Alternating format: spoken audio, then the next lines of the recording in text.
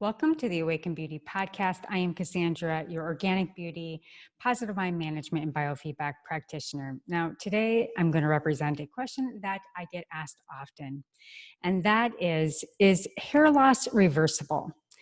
And it's a very, very, very important question. So I really want to address it in detail and share a little bit about my experience working with women and so many women with hair loss.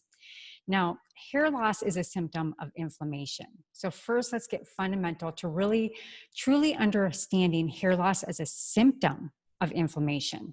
And there are many unique causes of inflammation, but at the root, that's really what's disrupting the hair that's evolving to hair loss.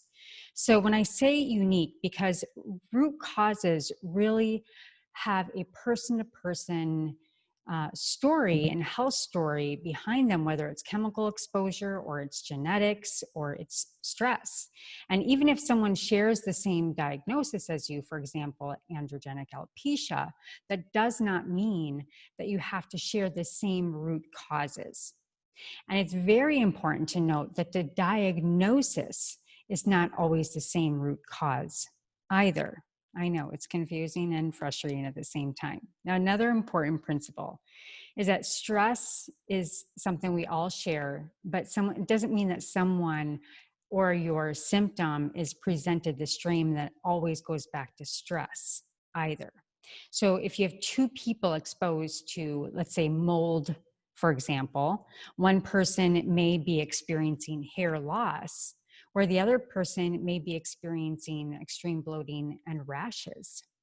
So that's because these symptoms, such as hair loss, are not considered specific, meaning that it's not specific to just one root. And I find this behind my chair all the time.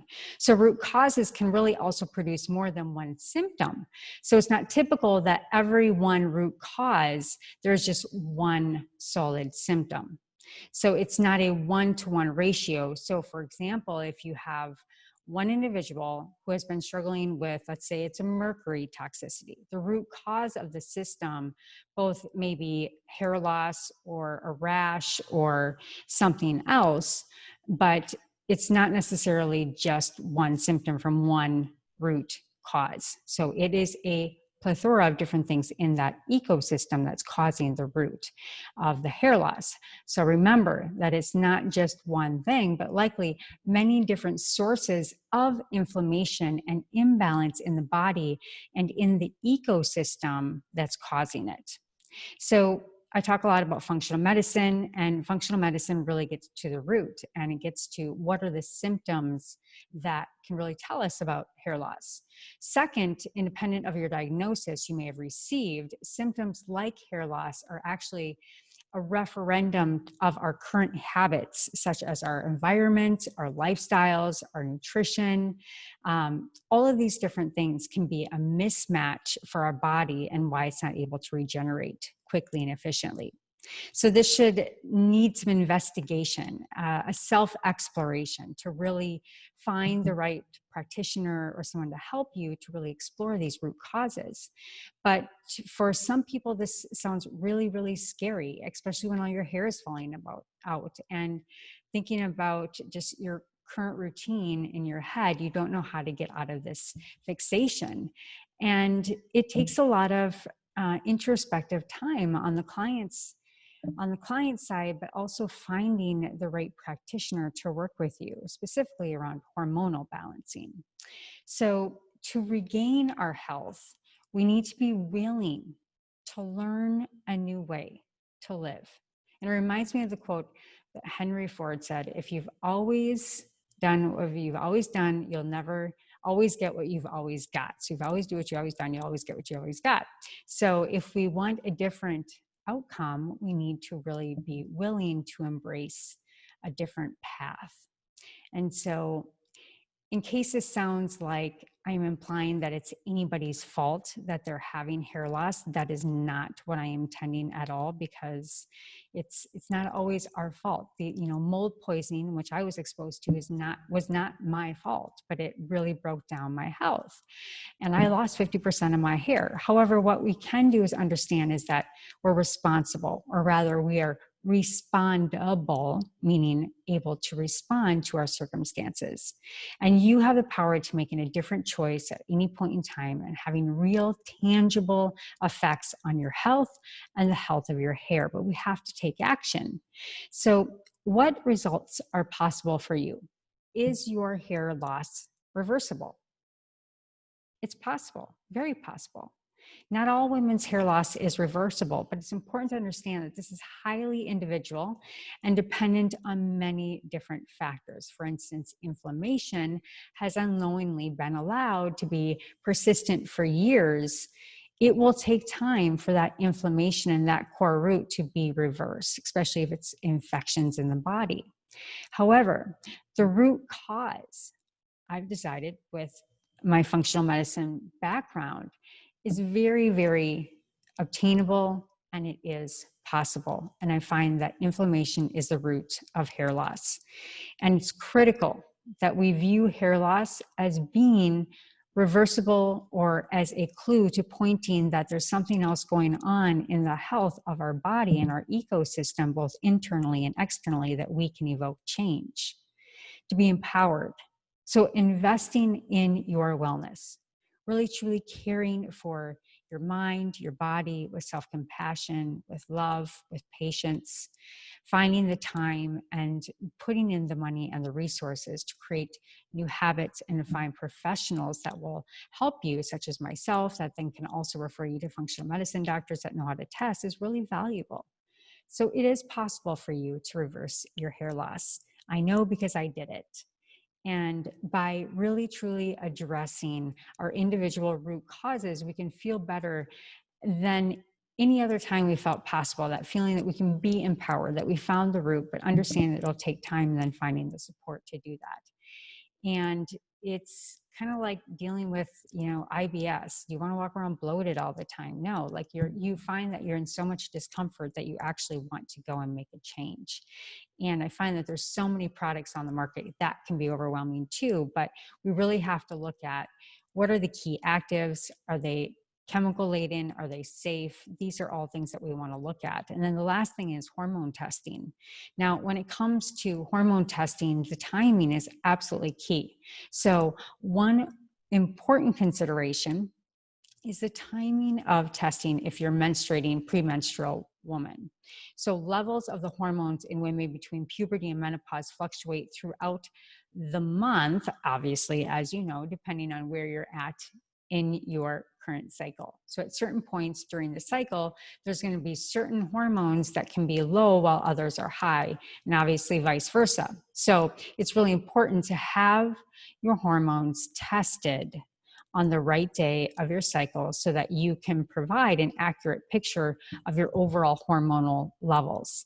And for most women, testing hormones during a mid-luteal phase between day 17 and 21 provides that more accurate testing picture. So you really want to calculate the day of the month when you're going to get your hormones tested and get the assessment. And then by counting forward the first day of your period 1 of your cycle. So those are just a couple of tips that I have. And when it comes to topical products, we do sell our Root Revival regime kit, and that's a series of a shampoo and a conditioner and our activating tonic. And it has a couple key actives in it. One is Redensil, which is 2 times more powerful than minoxidil. It's completely natural. And so it's going to help reduce inflammation, lengthen the growth phase, and reduce the fallout phase. And then we also have put, this is so incredible, CBD in it. And so it also contains water-soluble nano CBD, which is also then micronized into a frequency of a collection of hertz that is actually healing to the field of the crown. And so we have so many healing benefits to this tonic, and I lost 50% of my hair, and all of it has come back. It took time, and it was actually pretty quick. And I've watched Many women in my chair that I help, I specialize in hair loss, get their hair back just by using a topical. And then obviously I have a collection of incredible functional medicine practitioners and that can help you get the right test at the right time, and really get a big picture of really what's going on so that we can look at the macrocosm and then the microcosm of our environment, because it really does make all the difference to really have somebody stand beside you in faith and patience and really drill so we can find the root cause. So is hair loss reversible? I'm a standing testimony of it. Absolutely is. The science says if it's beyond 5 years to 10 years and you've gone without doing any kind of intervention, then it may be too late.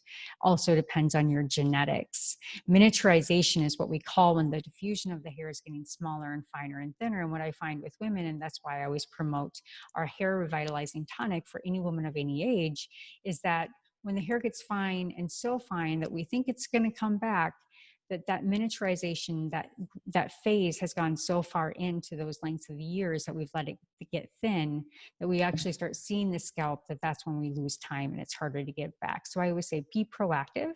Even if you have a head of hair and you're finding, I just want to kind of, get something into my regime to make sure I'm protected, all the power to you. I think that's a great choice. 40% of women experience hair loss by the time that they're 50. And that is certainly going up. I see younger and younger women all the time. And I do believe that a lot of it's stress. Obviously the chemicals, the environmental exposure, all of these things make a difference, but we actually have capability to reverse it and take power of our own life and ultimately our health, and turn down the inflammation. So if you have any questions, please do reach out to me. It's one of my favorite topics just because it is so gratifying to help women get their hair back. And if nothing else, it's not always that it's getting all of it back, but it's to stop the progression of it falling out and the diffusion to continue. We want to get in there and scientifically with proven data, not just a bunch of botanicals, because it's a lot of time not strong enough to just go in and, for instance, this salicylic acid with Aveda, it may work for a lot of people because it's scrubbing the scalp and trying to get all the DHT, which is the male hormone that's trying to get out of the scalp, that's actually suffocating the scalp and clogs the pores in the follicle. But it actually is just, it's using actives where it's just scrubbing the scalp really hard and kind of dissolving that. Where we want to, and what our tonic does with the Root Revival Activating Tonic, is it doesn't go in and abrasively scrub the scalp. Our shampoo and conditioner are very gentle, but then it goes in with the right messaging system.